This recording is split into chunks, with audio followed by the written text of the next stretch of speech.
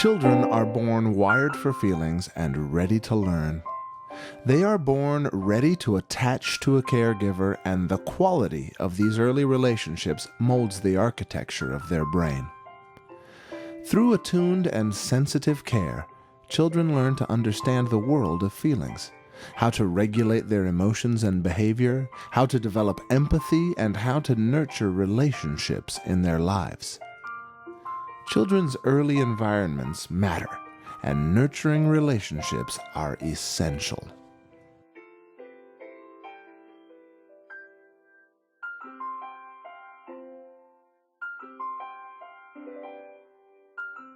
Research tells us that the most important intelligence that children need to come out of their childhoods with is their emotional intelligence. Emotional intelligence is learned as we grow up by having our parents be our emotional coaches. Not only our parents, any significant adult around our children needs to frame their work with children as being an emotional coach. What does that mean? That means that by modeling the language of feelings, by modeling the language of needs, by modeling the language of empathy, children learn that, and as they learn that, they're developing what we call their own emotional competency. To learn their own emotional competency, they need to have an emotional literacy. To have an emotional literacy, you need to have your parents or your caregivers who talks to you in this emotional language.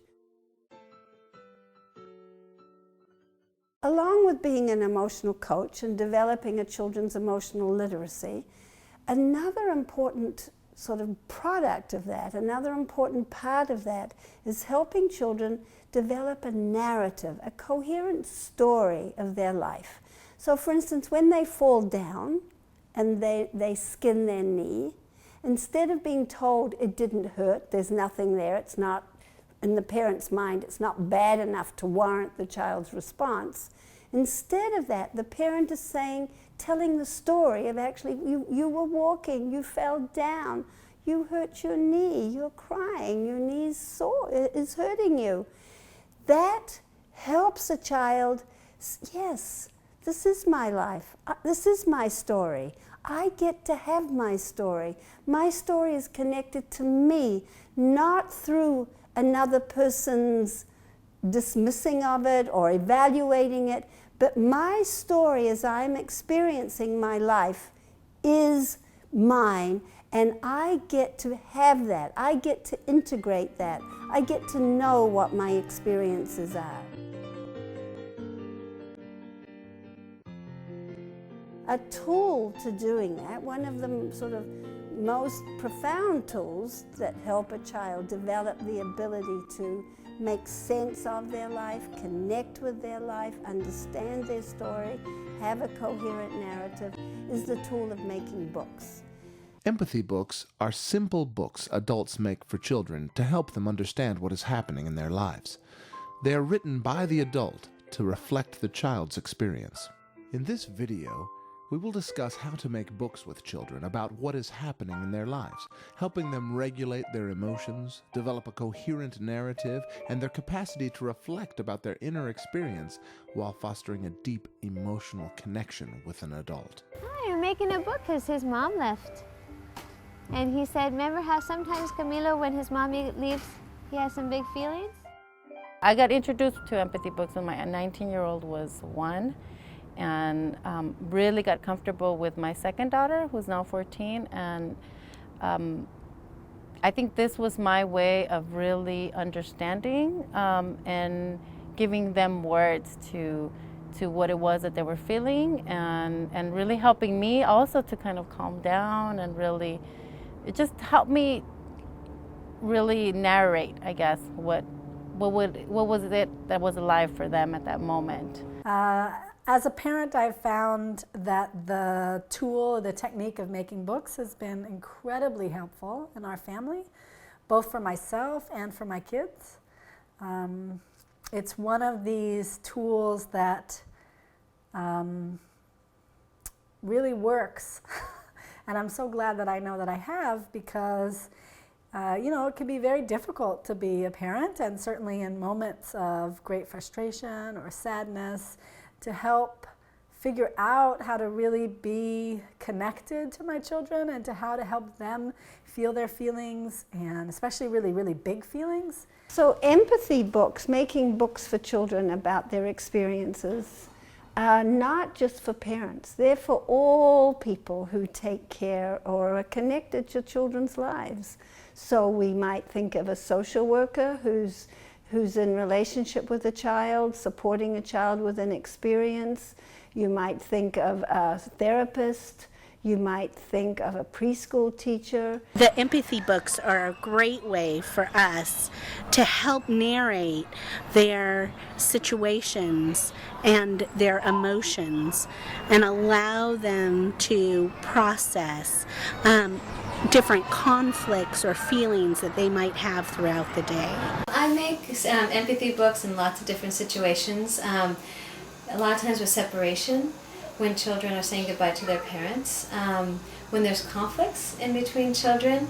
So for example, if a child gets bit, we definitely stop and try to make an empathy book, not only for the child who got the bite, but also for the child who was biting. We also just do it sometimes with big feelings. If a child, for example, a really small child is having a big feeling, sometimes I really quickly draw a picture about what I noticed. Sometimes that's helpful for the child to kind of feel like you heard or are understanding what's going on. So I always use books to prepare for events. And I always, every time they went to the doctors, they always got a book because I knew that they were going to get a shot, like especially for immunization. Always prepared them, like we're going to go to the doctor, the doctor does this. And so some children cry, some children don't. So I remember it was just very basic, 3 pages. And I definitely used them when they were just flooded with feeling. We also make it when there's a big thing going to happen in our family. Starting a new experience, starting school for the first day. We made a lot of books about that. So any kind of change, transitions, limits, or things that come up that just seem to be really challenging or difficult, injuries, illness, that sort of thing, because it really is a way for my child to process what's happening. And once they have the book, they often want to read it again out of the blue. They'll say, "Oh, Mommy, can you read me the book about when I fell and, cut my head open and had to go to the ER and get stitches," right? So it's a way of going back over that, and then it captures the experience and it allows him to integrate the feelings. Making empathy books can feel awkward at first. With practice, they can be a wonderful tool to help children understand their world. One thing that helps me to keep in mind when I'm making a book is that it doesn't have to be fancy or elaborate. In fact, it can be very, very simple. And if I can grab a piece of paper and fold it up, and often I'll use whatever piece of paper I find. I've even used it on the back of envelopes that are on the table, with a bill. Or grab a piece of recycled paper and fold it and grab the nearest pen. And I don't worry because I'm not a big illustrator. Visual art is not my thing. But if I can draw a really simple image, stick figure, with very simple language that names what's happening in the moment and helps my child and quite honestly myself move through the experience, it's a tremendous aid. So when I make a book, often what I try to do first is to just say what's happening and draw what's happening very clearly. So I see that you woke up this morning and you want cookies for breakfast.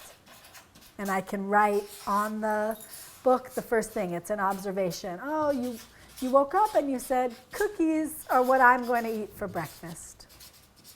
And then I name that, and then often, Mama says, no, we're not going to have cookies for breakfast.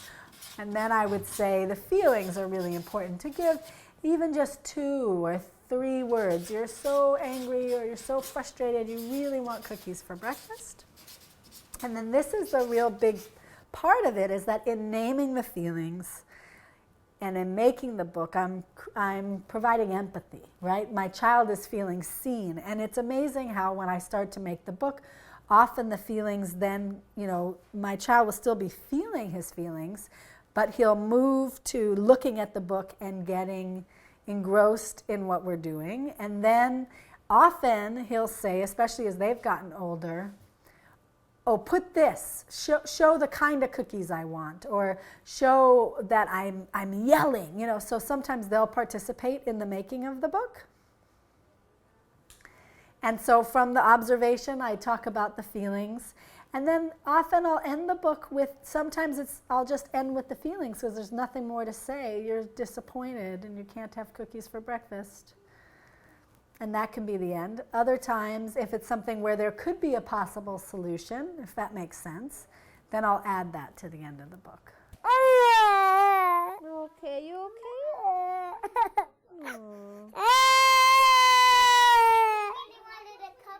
Oh, you want me to draw about it? So some of the things that I do when I make a book is definitely name who the book is for. And on the cover, I tend to like to draw the child as a way to start off so that the child knows this is for you. So I draw their eyes and nose, and sometimes if I might miss something, that they'll point that out. It's a way also, I think, of having them be able to sometimes notice themselves, like, oh, look, tell me about your shirt, and look, I'm drawing your shirt. And it's a way, it's not trying to distract, but it's a way kind of, I think, of grounding a little bit of, this is what you're wearing today, this is what's happening right now, this is who I'm seeing. Miadi? Look, Miadi was helping Daddy. So if there's sadness or if I see tears and I draw lots of tears, or they might tell me, draw more tears, and I draw lots and lots of tears. Did you want to eat the cupcake right now? You wanted a cupcake? I want a cupcake. I gave it. And it depends on how old they are. I might use more, I might do sentences if they're older children. And if they're younger children, it just might be the drawing, because they may not really have a lot of patience for me to be writing out these words. You wanted it right now, Miadi. Want.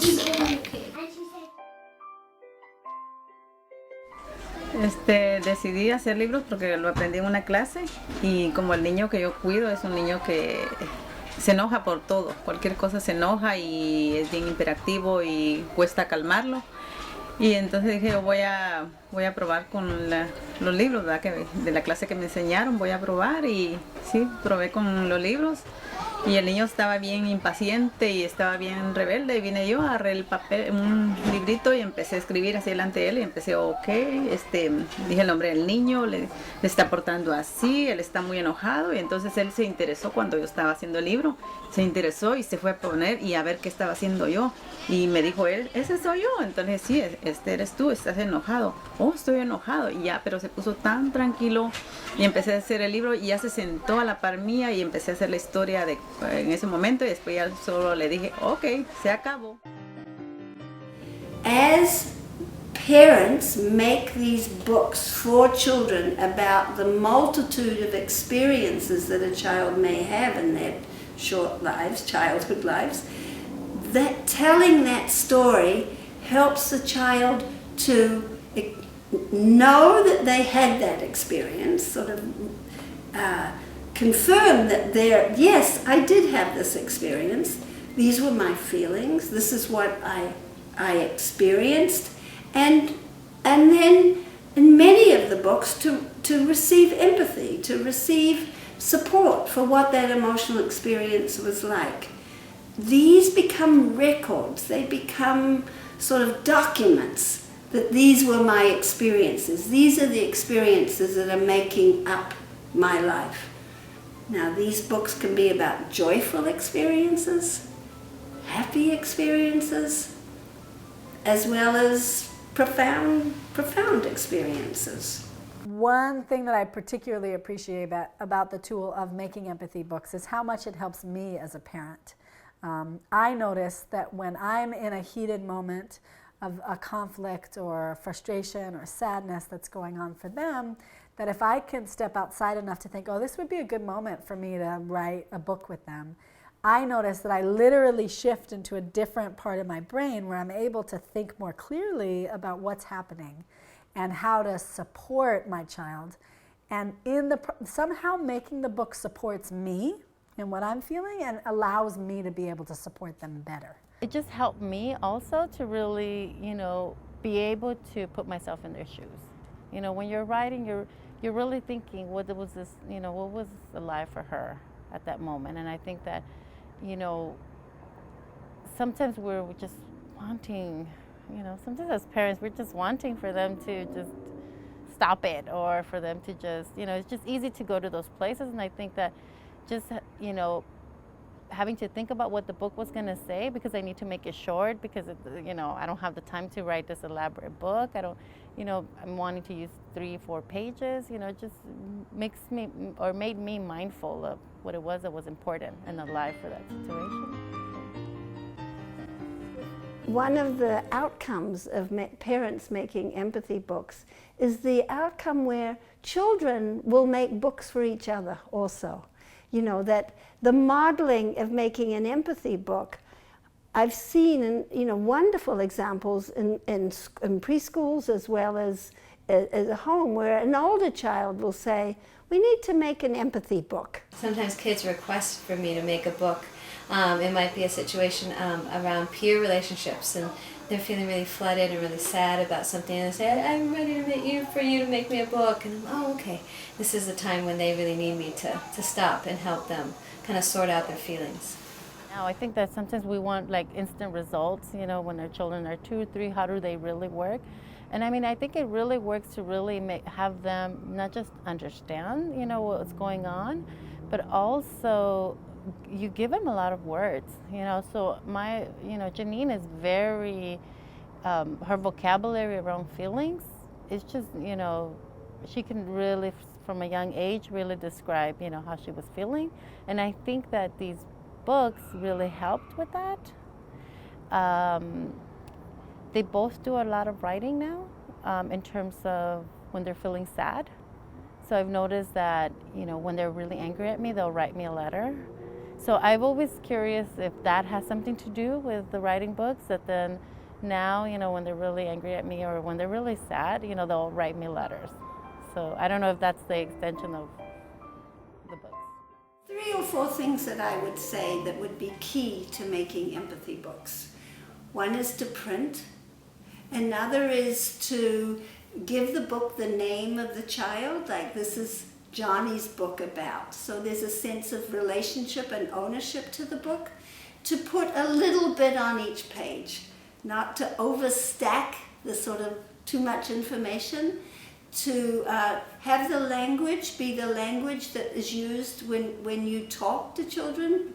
To write in the language, the everyday language of the family.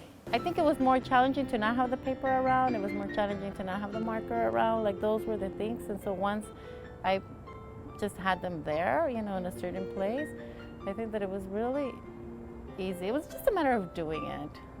I don't know, I just get into the habit. A mí me ayudó y me puse tan contenta porque dije, es algo bonito que aprendí en la clase y algo que sí funcionó, y no sé, muy contenta y feliz y como orgullosa de ver de que, sí, yo sí lo pude hacer y sí pude que el niño se tranquilice, y por eso mismo le digo, me puse contenta porque la mamá se interesó. Al ella ver la reacción, ella se interesó y me dijo, me tienes que ayudar o enséñame cómo lo haces, y sí, todo bien.